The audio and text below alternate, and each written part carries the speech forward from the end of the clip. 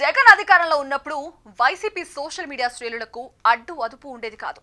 వర్రా రవీంద్ర లాంటి వాళ్ళు టీడీపీ జనసేన నేతలను అమ్మనా బూతులు తిడుతూ స్వైర విహారం చేశారు. కట్ చేస్తే కూటమి అధికారంలోకి రాగానే వరుసగా సోషల్ మీడియా సైకోలను జైలుకు పంపింది. దీంతో వాళ్ళంతా కొన్నాళ్ల పాటు కుక్కిన పేనుల్లా పడున్నారు. ఇక సోషల్ మీడియా పోస్టులపై సుప్రీంకోర్టు సూచనల నేపథ్యంలో అరెస్టులు ఆపేసింది ప్రభుత్వం. దీంతో సోషల్ మీడియాలో ఫ్యాన్ బ్యాచ్ మళ్లీ రెచ్చిపోతున్నారు. ఈసారి వ్యక్తిగత దూషణలు తగ్గించి ప్రభుత్వంపై విమర్శలు చేస్తున్నారు.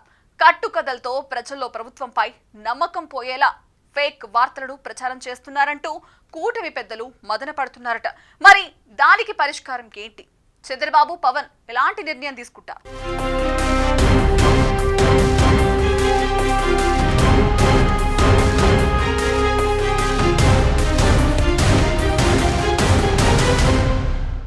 చేతిలో సెల్ ఫోన్ ఉంది కదా అని ఇష్టమొచ్చిన రీతిలో బూతులు తిట్టేవాళ్లు వైసీపీ శ్రేణులు గతంలో. జగన్ సీఎంగా ఉన్న 5 ఏళ్లలో వైసీపీ సోషల్ మీడియా కార్యకర్తలు స్వైరవిహారం చేశారు. ప్రపంచంలోనే కోట్లాది మంది అభిమానులున్న పవన్ కళ్యాణ్, అలాగే దేశంలోనే అత్యంత సీనియర్ రాజకీయవేత్త అయిన చంద్రబాబులపై నాడు వైసీపీ కార్యకర్తలు ఎంతలా చెలరేగిపోయారో ప్రత్యేకించి చెప్పక్కర్లేదు. చంద్రబాబు కుటుంబంపై, లోకేష్ పుట్టుకపై, పవన్ పెళ్లిళ్లపై చాలా దారుణమైన పదజాలంతో రెచ్చిపోయారు వైసీపీ సోషల్ మీడియా కార్యకర్తలు. అలాంటి వారందరికీ జగన్ గద్దె దిగిపోయాక చుక్కలు కనపడ్డాయి. కొందరైతే కలుగులో దాక్కున్న పరిస్థితి, మరికొందరు రాష్ట్రం విడిచి పారిపోయారు. వర్రా రవీంద్ర, బోరుగడ్డ అనిల్, శ్రీరెడ్డి ఇలా చాలా మంది సోషల్ మీడియాలో బూతులతో టీడీపీ, జనసేనను ఎంతగా కించపరిచేవారో ప్రత్యేకించి చెప్పక్కర్లేదు. చెప్పడానికి, రాయడానికి వీలులేని భాషలో దారుణాతి దారుణంగా కూటమి పార్టీకి చెందిన నాయకులను, వారి కుటుంబ సభ్యులను దూషిస్తూ వచ్చారు. జగన్ అండ చూసుకుని చెలరేగిపోయారు. అయితే జగన్ పేరు చెప్పుకుంటూ ఇంతలా దూషించే ఏ ఒక్కరిని కూడా జగన్ తమ పార్టీకి గాని, తమకు గాని సంబంధం లేని చిన్న ప్రకటన కూడా ఇప్పించలేదు. వారిలో చాలా మందిపై యాక్షన్ తీసుకుంది కూటమి సర్కార్.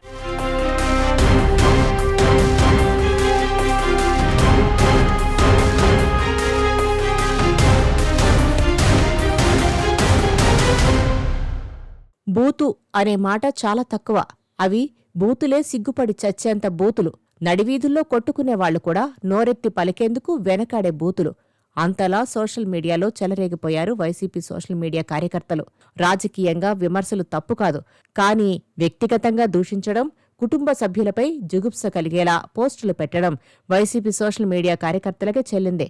కూటమి సర్కార్ తొలినాళ్లలో చాలా మంది వైసీపీ సోషల్ మీడియా కార్యకర్తలను అరెస్టు చేసింది.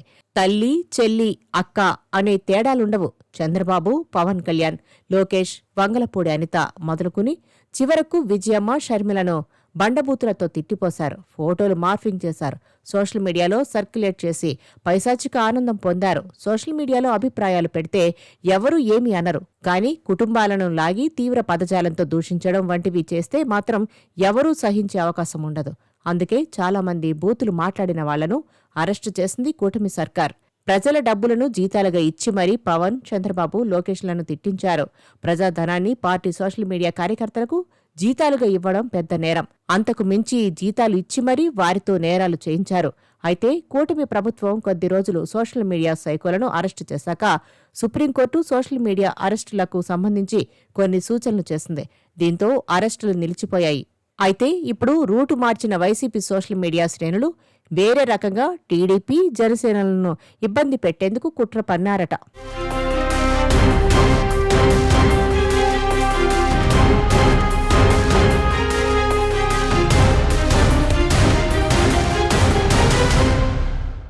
వైసీపీ సోషల్ మీడియా దెబ్బకు ఇప్పుడు చంద్రబాబు, పవన్ ఒకే రకమైన ఇబ్బంది ఎదుర్కొంటున్నారట. రాష్ట్రంలో అపరిమిత అధికారంతో పవర్ సెంటర్గా ఉన్న ఆ ఇద్దరికీ సోషల్ మీడియాను డీల్ చేయడం పెద్ద సవాల్గా మారిందంటున్నారు. అధికారంలోకి వచ్చిన దగ్గర నుంచి సోషల్ మీడియా విసురుతున్న అనేక ఛాలెంజ్లను ఎదుర్కోవడమే ఈ ఇద్దరు ప్రధాన నేతలకు బిగ్ టాస్క్గా మారిందని చెబుతున్నారు. దీంతో ప్రత్యేక చట్టం చేయాలని ఆలోచించడంతో పాటు సోషల్ మీడియాలో జరిగే ప్రచారం పట్ల అప్రమత్తంగా ఉండాలని పార్టీ శ్రేణులను అప్రమత్తం చేస్తున్నారట. గత ఎన్నికల్లో 164 స్థానాలను గెలుచుకుని ప్రతిపక్షమే లేకుండా ప్రభుత్వాన్ని స్థాపించిన సీఎం చంద్రబాబు, డిప్యూటీ సీఎం పవన్ను సోషల్ మీడియా ఇబ్బంది పెడుతున్నట్లు కనిపిస్తోందని అంటున్నారు.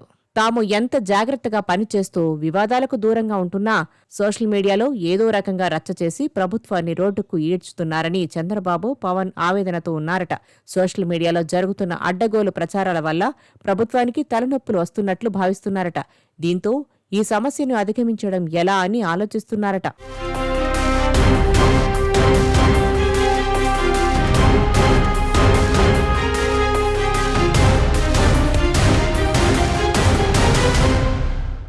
వైసీపీ సోషల్ మీడియా శ్రేణులు లేనిది ఉన్నట్లు చూపుతూ ఫేక్ ప్రచారం చేస్తూ ప్రభుత్వానికి చెమటలు పట్టిస్తున్నారని ప్రచారం జరుగుతోంది. ఇదే సమయంలో వ్యూహాత్మకంగా కొన్ని పోస్టులు చేస్తూ అధికార పార్టీ కార్యకర్తలను తప్పుదారి పట్టించడం, తమ ట్రాప్లో ఇరుక్కునేలా చేస్తున్నారని ప్రభుత్వ వర్గాలు అనుమానిస్తున్నాయి.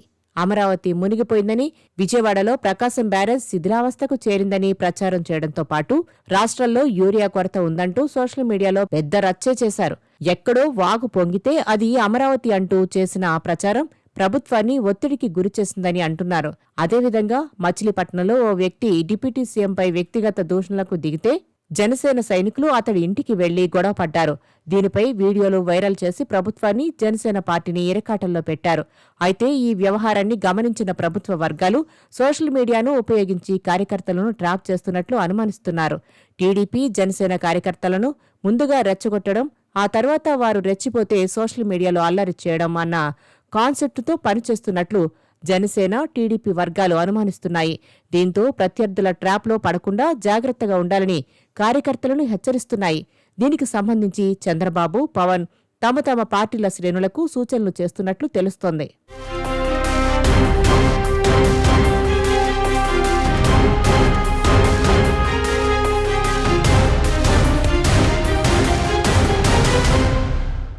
ఇప్పుడు బూతులు మాట్లాడితే ఎలాగోలా ఇబ్బంది పడతామని వైసీపీ సోషల్ మీడియా శ్రేణులకు తెలిసినట్లుంది. తెలివిగా ప్రభుత్వాన్ని టార్గెట్ చేశారని అంటున్నారు. మరి వైసీపీ చేస్తున్న ఈ వ్యూహాత్మక దాడిని కూటమి ఎలా ఎదుర్కొంటుంది అన్నది తేలాల్సి ఉంది.